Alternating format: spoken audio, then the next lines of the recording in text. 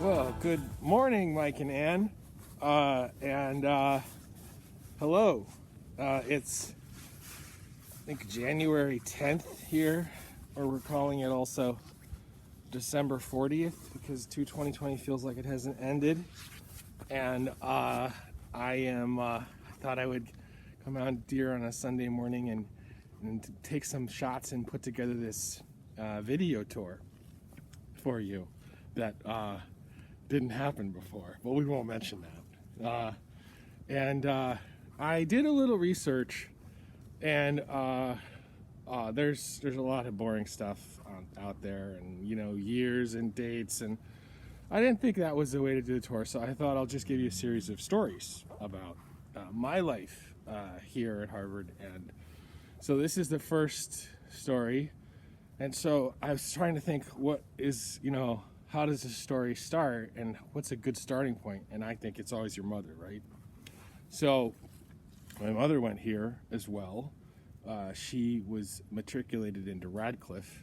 And so I thought of all the places at Harvard, Radcliffe Quad would be the place to start. So here's Radcliffe Quad. I'm going to try not to get sick while watching this video. Occasionally, I'll mess it up. I'm going to stop because I can't figure out how to pan it.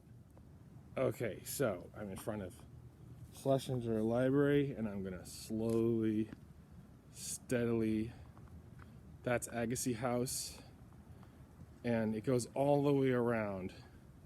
And it's not a huge quadrangle, but this is the Radcliffe Quad, which is a very beautiful classical quad. And so for some classes, my mom would have probably had to walk like 7 extra minutes than the men to get to Harvard Yard. So I'm on my way to my next spot, but I wanted to point out Charlie's Kitchen, which is we're gonna go there the next time you come to America. It's greasy food, very good. I can't see in the sunlight. This is another detour on my way to my next stop of my story. This is the football stadium.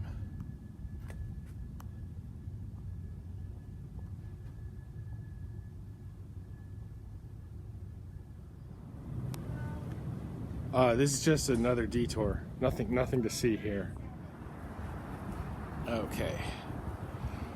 So I thought, well, then out of filial piety, of course, the next part of my story is the spots that I think are important to my father when he came to Harvard. And I couldn't decide, so there's two locations on the tour. This is the Charles River. A young man coming from Gettysburg, Pennsylvania, a place already imbued with the principles, the lofty goals of a young nation. Now at risk, I guess, but only 11 more days.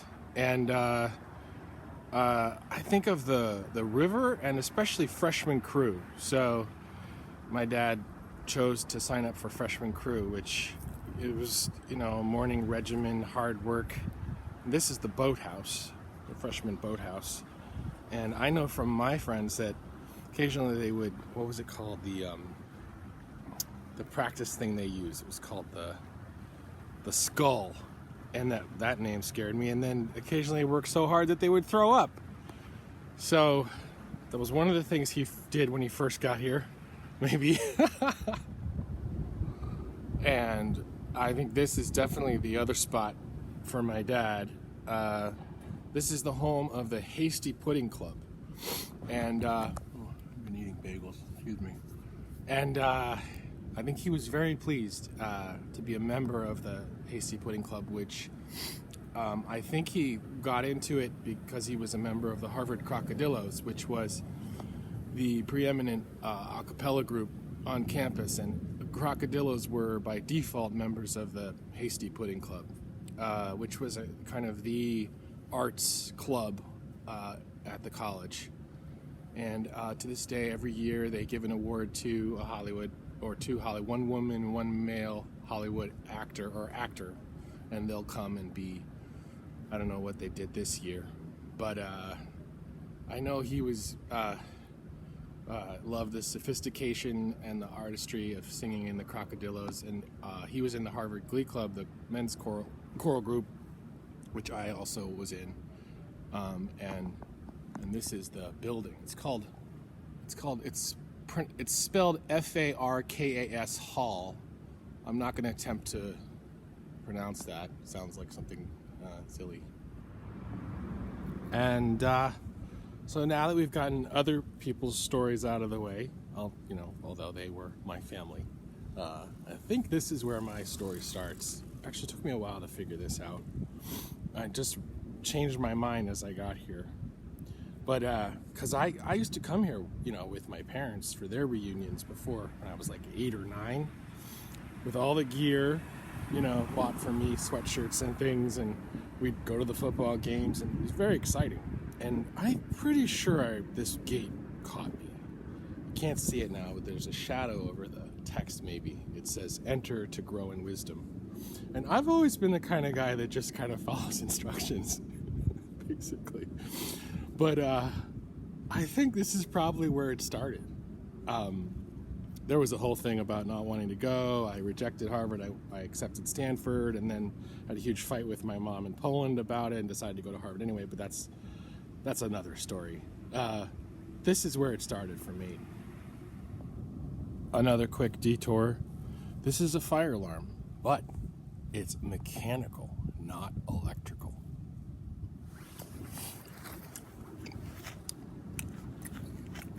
And this is my freshman dorm, Canada Hall. It's the newest dorm in the yard. All freshmen lived in the yard. And my room was right there. I had a single. They called them psycho singles. Because most people had roommates, but I wanted a single. I'd come from boarding school. I'd had a little bit of a rough time, mild hazing, didn't like it, but got through it. And I remember craving that acceptance, and it was I remember the day I got accepted into the Harvard Glee Club. And I think my dad, I think he had left a case of beer when we moved in, or had visited or something. And when I got accepted, they come to your door, your room, like 4 or 5 members of the Glee Club, and they sing to you. You pass the audition. And I immediately ran back in my room and got a bunch of beers and brought them out. And I think it was a good start. Anyway, college was nothing like high school. I was accepted, and I was accepted in high school mostly, but I remember that moment being the beginning of, oh, I think I'm gonna like it here.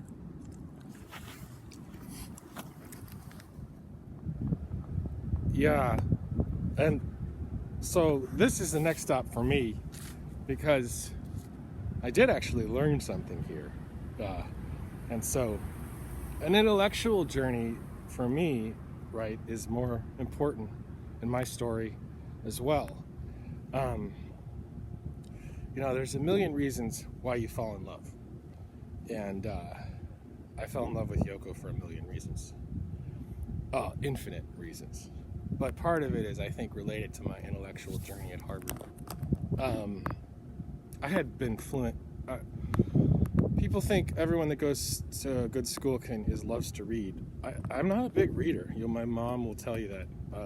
I'm more of an oral genius. I could just hear and repeat any sound, and I can remember sounds. So when I was 11, I was learning French, Latin, and then 12 I added Chinese.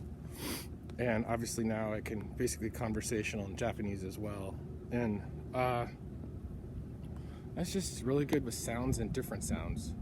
And so I gravitated, I thought your sophomore year you have to pick your major, and I was thinking between visual and environmental studies and East Asian studies, and I chose East Asian studies. And I have just the sounds, really, I had that strength, and I had the background in Chinese from an early age, so it made sense. I went to China when I was 13, and then the visual added piece to it, which I was also interested in, like the visuals of things. I love the food dog here, right? I didn't come to this building very much. I spent most of my time in the language lab down the street, or outside the yard again.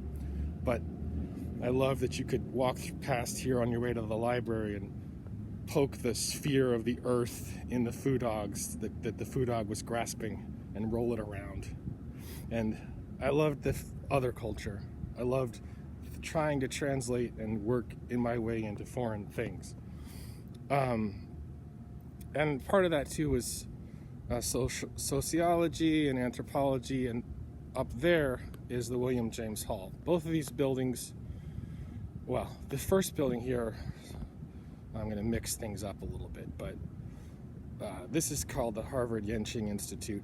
It was established in the 20s and also has the Harvard Yenching Library. Yenching is another word for Nanjing, old capital, which incidentally is where Yoko and I ended up meeting.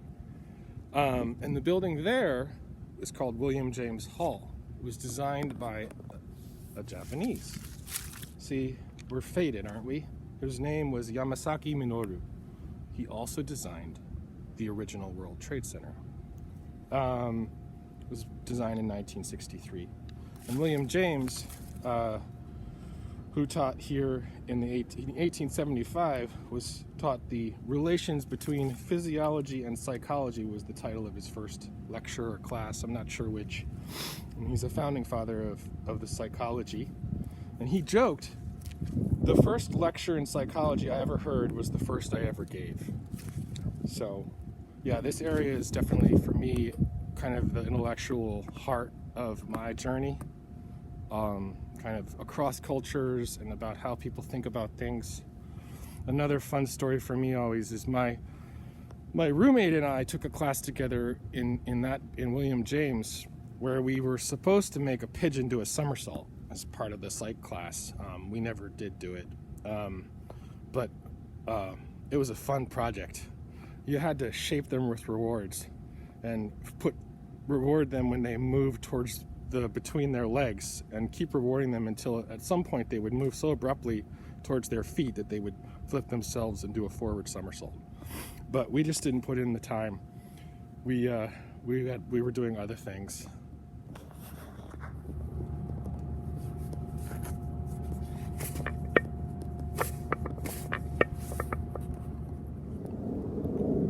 This is the Science Center.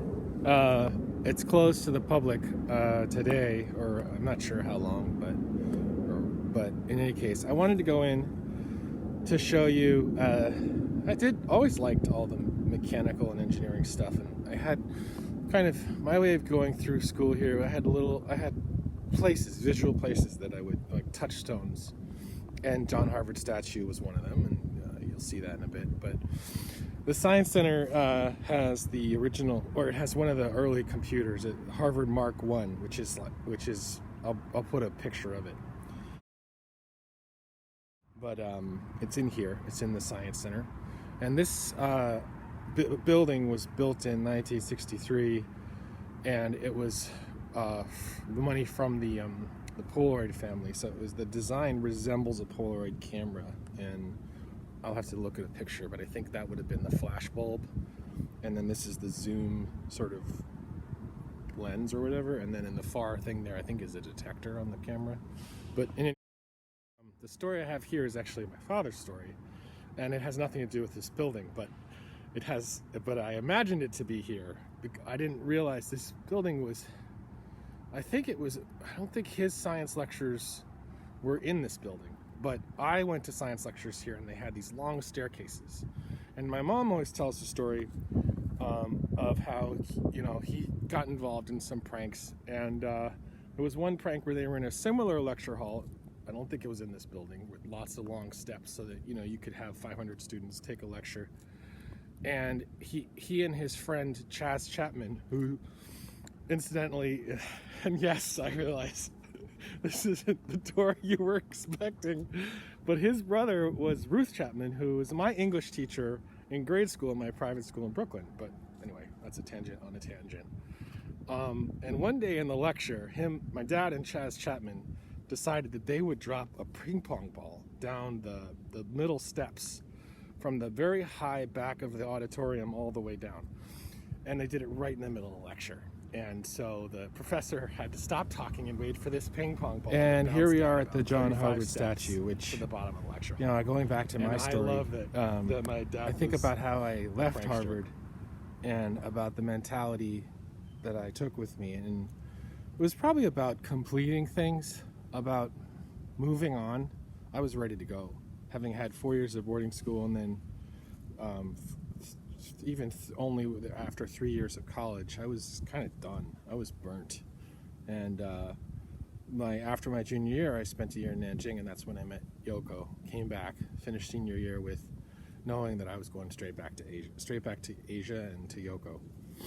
And I guess in a way to try and connect it to this famous place here, this famous statue. Monuments, I think, sometimes are about making statements and about completion or marking events. And for this statue, they had 3 facts that they put on here, which are all actually not technically true. They call them the statue of 3 lies, and I'll do a close-up later.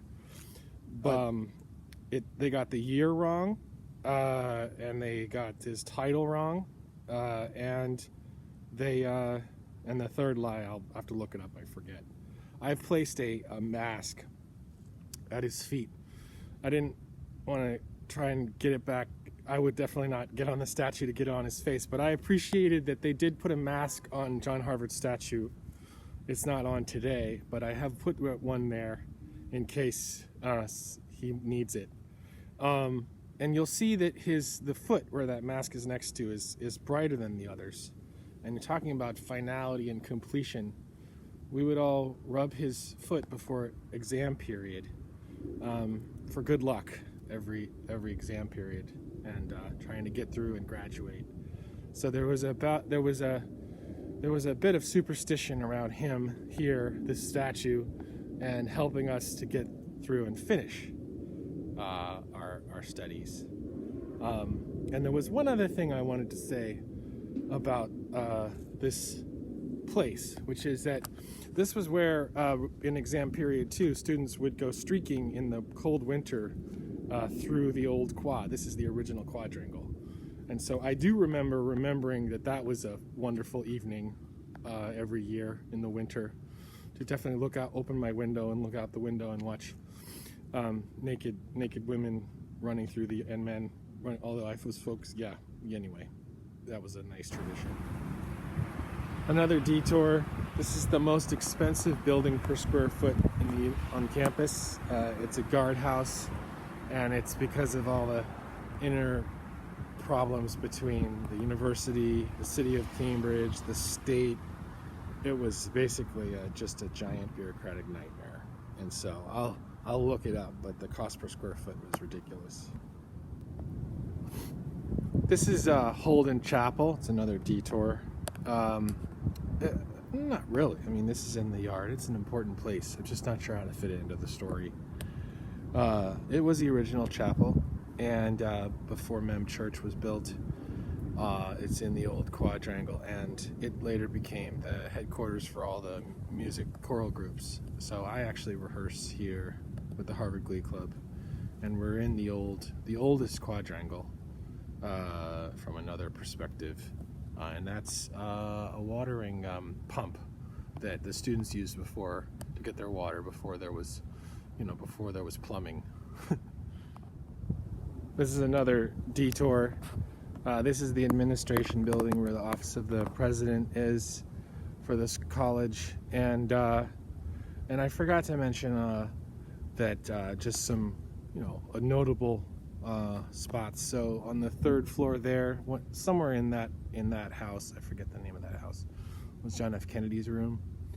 And all the houses are named after, in the yard and outside the yard, after presidents of the college. Eliot House and Winthrop House and all the presidents of the college. Except one president never had a house named after him because his last name was Hoare. So Okay, we've arrived at the final spot on this meander through my life at Harvard and that of my family. So this spot, actually, I think I wanted to talk to how my experience ended, but also the second spot for my mom, because, you know, to be fair, my dad had two spots too. I think for my mom, I think of this place. This is the Harry Elkins Widener Library, and it was donated to the school by his mother. And I just think of it, and I think I thought of it that way about this was a grand building that came from the love of a mother. And so I think of it, I put it as the second spot spiritually for my mother. She donated the funds for this building on two conditions. The first being that, I forget the first, but that's not important. The second was that everyone learn how to swim, or at least have perfunctory swimming requirement, because her son died on the Titanic. And so that was one of her conditions. And this is the new quadrangle. And so now to my story and how it ended. So we are in the library, is in the quadrangle, the new quadrangle within Harvard Yard, that is called Tercentenary Theater, which is where we all come, the college and the graduate schools, to graduate. So this is where I graduated. What's up? Okay, hey, okay, so Mike and Ann, I wanted to put this in at the end as a sort of a post-amble. I met some nice people, I don't know who they are, as I was leaving, and wanted to wish you the best, and stay safe and happy, healthy in England, and I hope you enjoyed the tour. And they had a few words that they wanted to share to you, Mike and Ann. Hello. Hi, Mike and Ann. Happy New Year. Hello from Harvard. We miss you.